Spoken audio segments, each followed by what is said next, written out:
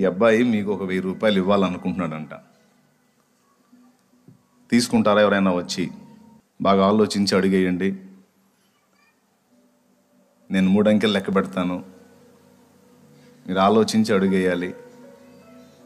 1, 2,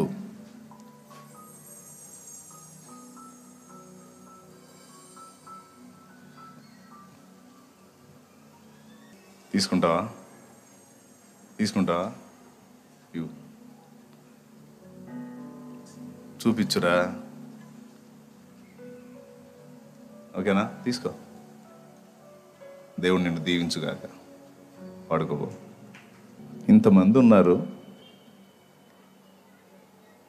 ఆ ఒకడు లేచాడు, మరొక ఆయన చెయ్యెత్తాడు.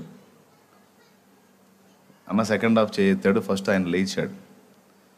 ఇంతమంది ఉన్నారు కదా, 1000 రూపాయలు ఊరకు వస్తాయా?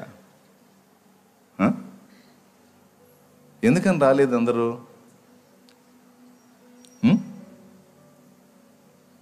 నేను అబద్ధం ఆడతానా? నిజమే కదా నేను చెబుతాను. మరి ఆ అబ్బాయి దగ్గర 1000 రూపాయలు ఉంది, వచ్చి తీసుకోండి అని నేను అన్నప్పుడు ఎందుకని మీరు రాలేదు?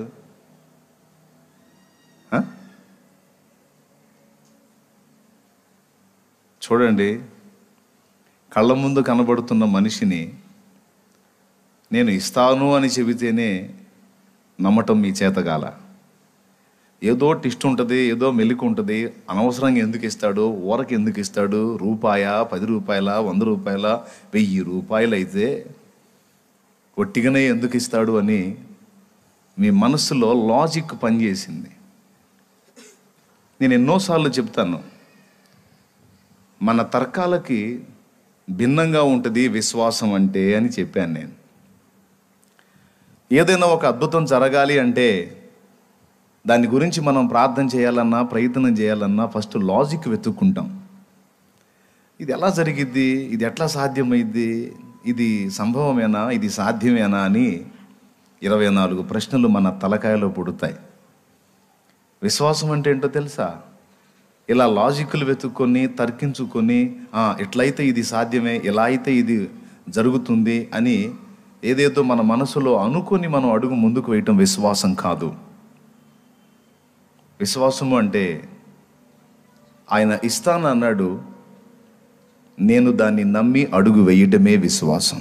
ఆయన చేస్తానన్నాడు, దాన్ని నేను నమ్మి అడుగు వేయటమే విశ్వాసం. ఇంకా అందులో మళ్ళా సందేహం ఉండకూడదు. కానీ సంవత్సరాలుగా మీరు దేవుని యందు విశ్వాసం ఉంచిన, విశ్వాసాన్ని గురించి వందలాది మాటలు విన్నా, ప్రసంగాలు విన్నా, క్రియలోకి వచ్చేటప్పటికి చూసారా మీ అసలు స్వరూపం బయటపడింది. నేను చెప్పింది నిజమా కాదా? ఎందుకని మీరు లేవలేదు? ఇంతమంది ఉన్నారు కదా, అందరూ పరిగెత్తుకొని రావాలి కదా, నేనంటే నేను అని. కానీ రాలా. ఎందుకు? ఏమో కారణం, ఏమో ఎందుకు రమ్మన్నాడో, ఏముందో అందులో. పోతే బకరా అవుతామేమో, పోతే వెర్రిమాలోకాలు అయిపోతామేమో, సిగ్గుపడాల్సి వస్తుందేమో. కానీ అతను అలా అనుకోలేదు. ఎవరు ఏమన్నా అనుకోని, అయితే వెర్రిమాలోకం అయితే అయ్యాను, అందరిలో నవ్వుల పాలు అయితే అయ్యాను, పర్వాలేదు. కానీ దైవజనుడు మాట అన్నాడు అంటే ఖచ్చితంగా అది నెరవేర్చి తీరుతాడు అని అతడు రూఢిగా నమ్మాడు, పొందుకున్నాడు. 1000 ఒక్కటే కాదు, 1000తో పాటు విశ్వాసానికి తగిన ఆశీర్వాదం, ఫలితం కూడా ఆయన ఆ దీవెన కూడా పొందాడు. ఇప్పుడు తన విశ్వాసాన్ని వ్యక్తపరిచి విశ్వాసులకు దేవుడిచ్చే ఆశీర్వాదం కూడా ఈవేళ ఆయన పొందాడు. 2 దీవెనలు వచ్చినాయి ఆయనకి. ఎప్పుడు కూడా దేవుని కార్యాలను సందేహించకూడదు. దేవుని దగ్గరకు వచ్చి ఒక విజ్ఞాపన మనం సమర్పించినప్పుడు, ఒక విషయంలో మనం ఆశ కలిగి ఉన్నప్పుడు, దేవుడు దానికి ఎలా పరిష్కారం చూపుతాడు, ఎలా జవాబిస్తాడు అనే లాజిక్లు వెతకూడదు.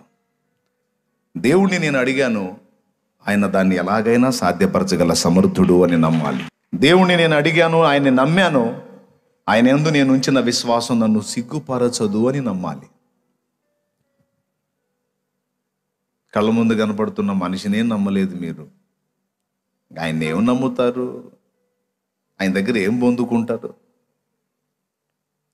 ఎన్నోసార్లు దేవుని ఎన్నో అద్భుతాలు ఇందాక నేను చెప్పినట్టు కుప్పలు తెప్పలుగా ఆయన యొద్ద ఉన్నాయి, కానీ వాటిని స్వతంత్రించుకునే విశ్వాసము చాలామందిలో లేనందున, అది అడుగంటి ఉన్నందున చాలామంది ఏమీ పొందలేకపోతున్నారు. ఒక్కసారి నేను చెప్పింది మళ్ళీ ఆలోచించుకొని చూడండి. ఇది మీరు సిగ్గుపడే విషయం. ఓకే, ఇంకొకటి కూడా చెప్తా. మీలో అసలు ఈరోజు కనీసం 100 రూపాయలు చేతిలో లేని వాళ్ళు కూడా ఉన్నారు. బహు అక్కర కలిగి ఉన్నోళ్ళు కూడా ఉన్నారు. చాలా అవసరత కలిగి ఉన్నోళ్ళు కూడా ఉన్నారు. కానీ ధైర్యం చేయలేకపోయారు. ఇంకెన్నడూ అలా ఉండొద్దు.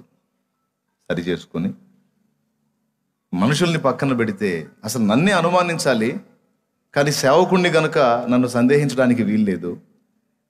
మనం మనుషుల్ని పక్కన పెట్టేసి అవసరమైతే, మనుషులు కొంతమంది నమ్మదగిన వారు ఉంటారు, నమ్మదగని వారు ఉంటారు, కానీ మన సృష్టికర్త అయిన దేవుడు నమ్మదగిన వాడు అని మనము నమ్మదగని వారమైనను ఆయన నమ్మదగిన వాడుగా ఉండును.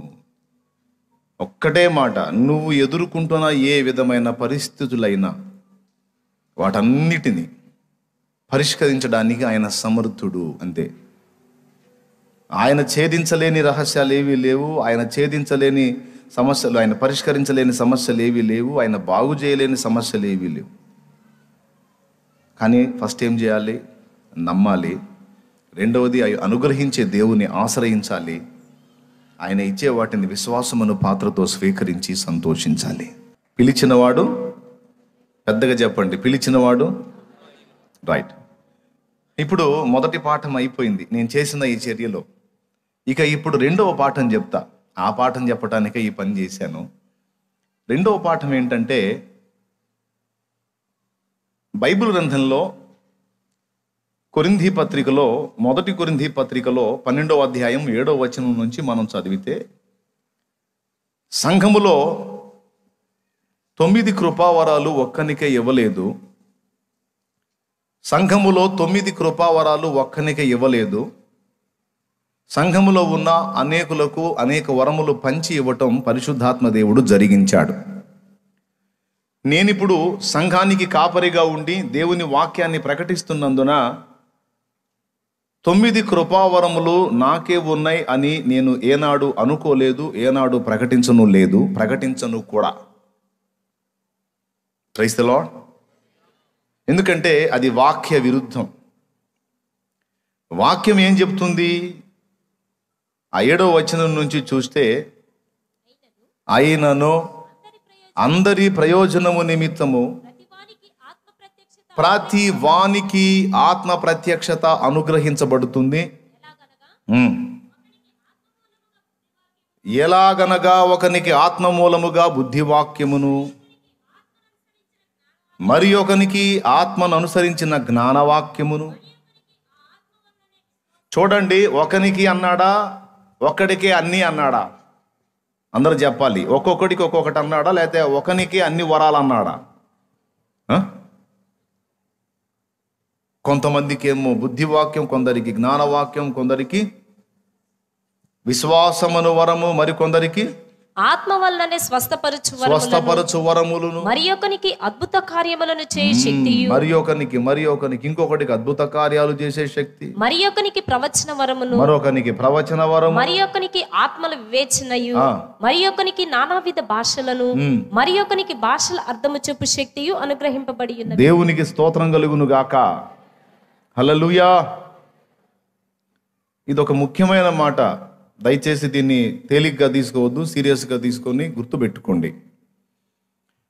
ఒక సంఘం ఉన్నప్పుడు సంఘానికి దేవుడు అనేక మంది వ్యక్తుల సమూహమే సంఘం కదా. సంఘానికి దేవుడు అనేక మంది పరిచారకులను నియమిస్తాడు. భక్తుడు పాడినట్టు, సంఘక్షేమాభివృద్ధికే పరిచర్య ధర్మము నియమించినావే. అదే కదా. అందరికీ ఒక్కటే పని నియమించలేదు, ఒక్కనికే అన్ని పనులు నియమించలేదు దేవుడు. ఒక్కొక్కనికి ఒక్కొక్క పని పంచి పెట్టాడు. అందరి ప్రయోజనము నిమిత్తము సంఘ క్షేమాభివృద్ధి కొరకు, సంఘము క్షేమంగా ఉండటానికి, అభివృద్ధి చెందడానికి, అందరికీ ప్రయోజనము కలుగునట్లు సంఘములో కొందరికి బుద్ధి వాక్యం ఇచ్చాడు, కొందరికి జ్ఞానవాక్యం ఇచ్చాడు, కొంతమందికి విశ్వాసం ఇచ్చాడు, కొంతమందికి స్వస్థపరచు కృప వరములను ఇచ్చాడు. స్వస్థతా వరం ఒక్కటే అన్నిటికీ పనికిరాదట. స్వస్థత పరిచేటువంటి ఈ వరము ఒకటి కాదు, స్వస్థత వరములను, స్వస్థపరచు కృప వరము అనలా, వరములు అన్నాడు. స్వస్థతలు రకాలు ఉన్నాయి. ప్రైజ్ ది లార్డ్, హల్లెలూయా. తెలుసా మీకు? శారీరక స్వస్థత, మానసిక స్వస్థత, ఆత్మీయ స్వస్థత, ఆత్మ సంబంధమైన రోగాలు ఉన్నాయి, మానసిక పరమైన రోగాలు ఉన్నాయి, శరీర రోగాలు ఉన్నాయి. కాబట్టి స్వస్థతా వరం కలిగినోడు అన్ని రోగాలకు మందు ఇవ్వలేడు, అన్ని రోగాలను స్వస్థపరచలేడు. ఈ రోగాల్లో కూడా కొన్ని రోగాల మీద కొంతమందికి ప్రత్యేకంగా దేవుడు పవర్ ఇస్తాడు, అధికారం ఇస్తాడు. అర్థమైందా? అలా కొంతమందికి స్వస్థపరచు వరములు అన్నాడు. వరము అనలా, వరములు అన్నాడు. అవునా? తర్వాత ఏమన్నాడు? ప్రవచన వరము, తర్వాత అద్భుత కార్యములు చేయు శక్తి. సంఘములోనే ఒక్కొక్కడు ఉంటాడు, అతని విశ్వాస బలం తీవ్రంగా ఉంటుంది. దేవుడు వాని ద్వారా అద్భుత కార్యాలు కూడా మనకు చూపించే అవకాశం ఉంది. తర్వాత ఆత్మల వివేచన అనేటువంటి వరము. తర్వాత భాషలు మాట్లాడు శక్తియు, మాట్లాడిన భాషలకు అర్థం చెప్పే వరం మళ్ళీ ఒకటి ఉంది, అదొక వరం. భాషలో మాట్లాడుట అనేది ఒక కృపావరం అయితే, మాట్లాడిన భాషలకు అర్థం చెప్పుట అనేది మరొక కృపావరం. కొంతమంది భాషలు మాట్లాడతారు కానీ అర్థం తెలియదు వారికి. పౌలన్న అంటాడు, నీకు భాషలు మాట్లాడే వరం ఉంటే దాన్ని అర్థం చెప్పే శక్తి కొరకు ఆ వరం కోసం కూడా ప్రార్థన చేసుకో. దేవుని చిత్తమైతే దేవుడు ఇస్తాడు. అప్పుడు భాష మాట్లాడవచ్చు, నువ్వే అర్థం కూడా చెప్పవచ్చు. లేదు, సంఘములో కొందరు భాషలు మాట్లాడే వాళ్ళు ఉంటే కొందరు అర్థం చెప్పే శక్తి కొరకైనా ప్రార్థన చేయాలి. ఇట్లాగా 9 కృపా వరములు. ఈ 9 విధములైన వరములు ఒక్కనికే ఇస్తానని దేవుడు ఎక్కడా ఎప్పుడు చెప్పలా. సంఘము అని ఉన్నప్పుడు సంఘములో దేవుడు ఒక్కొక్కరికి వారి యొక్క ఏర్పాటును బట్టి, పిలుపును బట్టి, స్థితిగతులను బట్టి, వారి యొక్క అందుబాటు, దేవునికి వాడు ఉండేటువంటి సామీప్యాన్ని బట్టి, వాని పట్ల దేవునికి ఉన్న చిత్తము, ప్రణాళికను బట్టి ఒక్కొక్కరికి ఒక్కొక్క సామర్థ్యము దేవుడు అనుగ్రహించి ఉంచుతాడు. కానీ ఈనాటి సంఘములో ఒక గుడ్డితనం చెప్పనా? ఈనాటి సంఘంలో చాలా స్పష్టంగా బయటికి కనబడుతున్నటువంటి ఒక గుడ్డితనం. సంఘములో దేవుడు అన్ని వాక్యోపదేశకునికే ఇచ్చాడని అనేకులు నమ్ముట ఒక పొరపాటు విషయమై ఉన్నది. ఈ అంశం ఇలాగ చెప్పటం ద్వారా మీ ఎదుట ఒకవేళ నాకున్న ఆధిక్యతల్లో కొంత నేను తగ్గుతాననే భయం నాకు లేదు. నాకు మీ ఆధిక్యత అవసరం లేదు, కానీ సత్యం కావాలి, న్యాయంగా మాట్లాడాలి, వాస్తవం మాట్లాడాలి, అబద్ధాలు మాట్లాడకూడదు, లేని వాటిని ఉన్నట్టుగా చూపించడానికి ప్రయత్నము చెయ్యకూడదు. ప్రతి స్థానిక సంఘంలో దేవుడు క్షేమాన్ని కలిగించడానికి, అభివృద్ధి కలిగించడానికి, అందరికీ ప్రయోజనం కలిగించడానికి సంఘములో ఉన్న వ్యక్తులలో కొంతమందిని దేవుడు ప్రత్యేకపరుచుకొని వాళ్ళకి కొన్ని ప్రభావాలు లేక, శక్తులు లేక వరములను ఇస్తాడు అనేది కొరింథీ పత్రిక మనకిస్తున్నటువంటి పాఠం. ఇప్పుడు సంఘము అంటే భక్తుల సమూహము. భక్తుల సమూహము. మరి సంఘములో మెయిన్ పాత్రగా ఉండేది ఎవరంటే అధ్యక్షుడు లేక కాపరి. అంటే నేను అనుకుందాం, ఇప్పుడు నేను ఒక్కడే ఇవన్నిటినీ కలిగి ఉన్నానా? ఇవన్నీ నాకు ఒక్కడికే ఇస్తాడా? లేకపోతే సంఘములో ఇతర వ్యక్తుల గురించి కూడా ఇది మాట్లాడుతున్నాడా? ఈ సంగతి సంఘం మర్చిపోయింది. సంఘం అసలు దీన్ని పట్టించుకోవటమే లేదు. ఈ సంఘమే కాదు, అసలు ఏ సంఘం పట్టించుకోవటంలా. ఇది మరొక గుడ్డితనం ఉన్నటువంటి మరొక సంగతి. మొట్టమొదటిది ఏంటంటే, సంఘము అన్నీ నా దగ్గరే ఉన్నాయి అనుకుని ప్రతి దానికి నా వైపే చూస్తుంది. ఇది మొదటి గుడ్డితనం. రెండవది ఏంటంటే, సంఘములో ఉన్నటువంటి వ్యక్తులలో కొంతమందికి దేవుడు ఆ కృపా వరములను ఇస్తాడన్న సంగతి కూడా సంఘం గుర్తించట్లేదు. అసలు ఆ అనుభవమే సంఘానికి తెలియదు. సంఘం అంటే ఎలా అయిపోయిందంటే అన్నిటికీ ఒకటే, వన్ మెన్ ఆర్మీ, ఒక్కడే, అన్నిటికీ ఒక్కడే, ఏది చేయాలన్నా వాడే. ఇది రైట్ కాదు, అపోస్తలిక క్రమము కాదు, కాదు, శుద్ధ తప్పు నడక ఇది. నేను ఇక్కడే కాదు, ఏ సంఘం ఎలాగున్నా అది తప్పుడు నడకలోనే ఉంది. దేవునికి స్తోత్రం కలుగును గాక. హల్లెలూయా. మరి అపోస్తలిక క్రమం ఏంటి? ఇప్పుడు అపోస్తలులు ఉన్నారు. అపోస్తలులు అన్నీ చేయగలిగారా? ఇప్పుడు ఉదాహరణకి పేతురు అపోస్తలుడా కాదా? అపోస్తలులని ప్రభువే వాళ్ళకి పేరు పెట్టాడు కదా. కానీ పేతురు చేయలేనివి కొన్ని పౌలు చేశాడు. సంఘానికి సిద్ధాంతపరమైన పునాదులను చాలా వరకు దేవుడు పౌలు ద్వారానే వేయించాడు. అడపాదడపా కొన్నింటిని యోహాను ద్వారాను, యాకోబు ద్వారాను, పేతురు ద్వారాను, మరికొంతమంది భక్తుల ద్వారా వేయించాడు. ఈ విషయంలో మనం ఆలోచించుకుంటే పౌలుకి దేవుడు ప్రత్యేకమైన ఆధిక్యత ఇచ్చినట్టు మనకు కనపడుతుంది. Praise the Lord. తర్వాత యూదులకు సువార్త చెప్పడానికి స్పెషల్గా పేతుర్ని దేవుడు బలంగా వాడుకున్నాడు. అన్యజనులకు సువార్త చేయడానికి పౌలును దేవుడు బలంగా వాడుకున్నాడు. రెండు పనులకు ఒక్కడనే వాడుకోలేదు. ఆ మాట పౌలే చెప్తున్నాడు గలతీ పత్రికలో 7వ వచనం. అయితే సున్నతి పొందిన వారికి బోధించుటకాయ్ సువార్త పేతురుకి ఎలాగో అప్పగింపబడెనో, సున్నతి పొందని వారికి బోధించుటకై నాకు అప్పగింపబడిన వారి చూచినప్పుడు, తర్వాత చదువు. అనగా సున్నతి పొందిన వారికి అపోస్తలుడగుటకు పేతురుకు సామర్థ్యము కలుగు చేసిన వాడు. పేతురుకు ఒక సామర్థ్యం ఇచ్చాడట దేవుడు. సామర్థ్యము అంటే శక్తి లేక ఆ పనితనపు జ్ఞానం పేతురికి ఇచ్చాడంట. ఎక్కడిచ్చాడో తెలుసా? సున్నతి పొందిన వారికంటే యూదులకు సువార్త చెప్పడానికి స్పెషల్ అభిషేకం పొందిన వాడట పేతురు. దేవునికి స్తోత్రం కలుగును గాక. అలాగే అన్యజనులకు సువార్త చెప్పడానికి నాకు ఆయనే అభిషేకం ఇచ్చాడు, సామర్థ్యం ఇచ్చాడు అన్నాడు. మొత్తం సంఘంలోనే ఉన్నారు, అందరూ సంఘంలో సభ్యులే. కానీ ఆ ఉన్న సభ్యులలోనే ఒకడు యూదులకు బోధించేవాడైతే ఒకడు అన్యులకు బోధించేవాడు. ఒకడు స్వస్థపరచు వరం కలిగిన వాడైతే ఒకడు బుద్ధి జ్ఞానముల వాక్య పరిజ్ఞానం కలిగిన వాడు. ఒకడు అద్భుత కార్యములు చేయ శక్తి గలవాడైతే మరొకడు ఆత్మల వివేచన కలిగిన వాడు. ఏది భ్రష్టాత్మో, ఏది భ్రమపరచు ఆత్మో, ఏది దేవుని పరిశుద్ధాత్మో వివేచించి చెప్పగలిగినటువంటి ప్రభావం ఒకనికి ఇచ్చాడు. ఒకనికి భాషల వరం ఇస్తే ఆ సంఘములోనే మరికొంతమందికి భాషలకు అర్థం చెప్పే శక్తిని ఇచ్చాడు. ఇట్లాగా సంఘము అనగా మీరు, మీతో పాటు నేను, మనందరము కలిసి సంఘము. ఏ పొద్దు వచ్చి కూర్చొని హాజరేయించుకొని వెళ్ళిపోవటం అనేది కరెక్ట్ కాదు.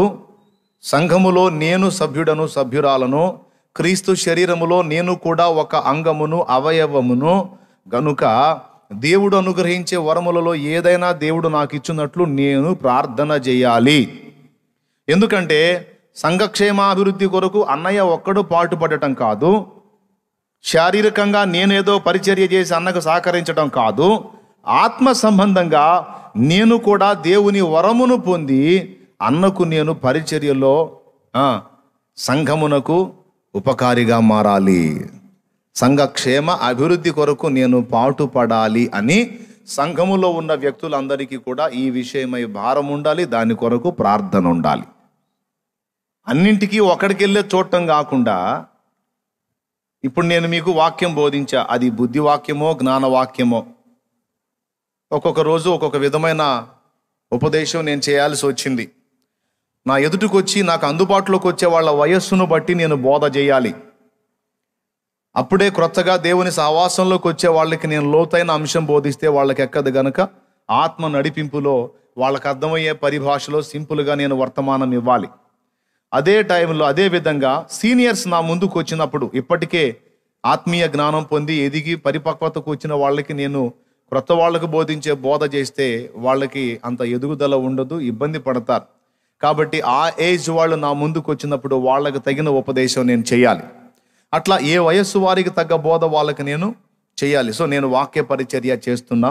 రెండవది ప్రార్థన వాక్య సేవ, రెండు నేను చేస్తున్నా.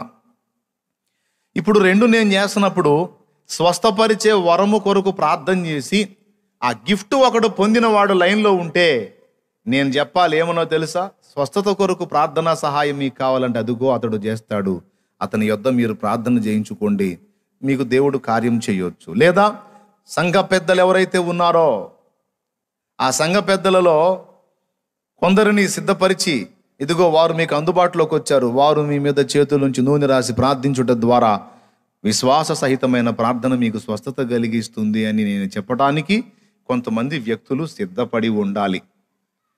విచిత్రం ఏంటంటే అందరూ ప్రసంగికుల్లాగానే తయారు కావాలి, ఇదేనేమో మెయిన్ అనుకుంటున్నారు. ప్రసంగం అవసరమే, కానీ దాంతోపాటు ఎక్కడెక్కడ ఏ వరం అవసరమో దేవుడు నిర్ణయిస్తాడు. అందరూ ఉపదేశం నేర్చుకోవటం మంచిదే, అందరికీ వాక్య పరిజ్ఞానం ఉండటం మంచిదే. ఎందుకంటే భోజన బల్లల దగ్గర సేవా పరిచర్య చేసినటువంటి స్టెఫను, ఫిలిప్పు వీళ్లకు సైతం వాక్య పరిజ్ఞానం ఉంది. కానీ అది కలిగి ఉండి కూడా వాళ్ళు భోజనపు బల్ల దగ్గర పరిచర్య చేశారు. అట్లాగా నీవు మామూలు పరిచారకుడు అయినా నీకు వాక్య పరిజ్ఞానం ఉండటం మంచిది. అయితే దానితో పాటు విడిగా ఒక వరమును నువ్వు దేవుని దగ్గర నుండి పొందుకొని సంఘ క్షేమాభివృద్ధి కొరకు వాడబట్టానికి నిన్ను నువ్వు సిద్ధపరచుకోవాలి, దేవునికి అందుబాటులోకి అప్పగించుకోవాలి. ఆనాటి కొరింథీ సంఘంలో అలాంటి వాళ్ళు ఉన్నారట. ఆనాటి అపోస్తలిక సహవాసంలో అలాంటి వాళ్ళు ఉన్నారు. అన్నిటికీ ఒకడే కాదు, అంబుల పొదిలో బాణాలు దేవుడు సిద్ధపరచుకున్నట్టు, అర్థమైందా? దేవుని అంబుల పొదిలో బాణాలలాగా ఒక్కొక్కరికి ఒక్కొక్క పవర్ ఇచ్చి ఆయన అంబుల పొదిలో పెట్టాడు. ఎవరు? మన ప్రభు. ఎక్కడ ఎవడు ఏ సమయంలో ఎలా అవసరమో ఆ పర్సన్ని తీస్తాడు, తన ధనస్సును సంధించి వదులుతాడు, ఆ వ్యక్తి వెళ్ళి లక్ష్యాన్ని ఛేదిస్తాడు.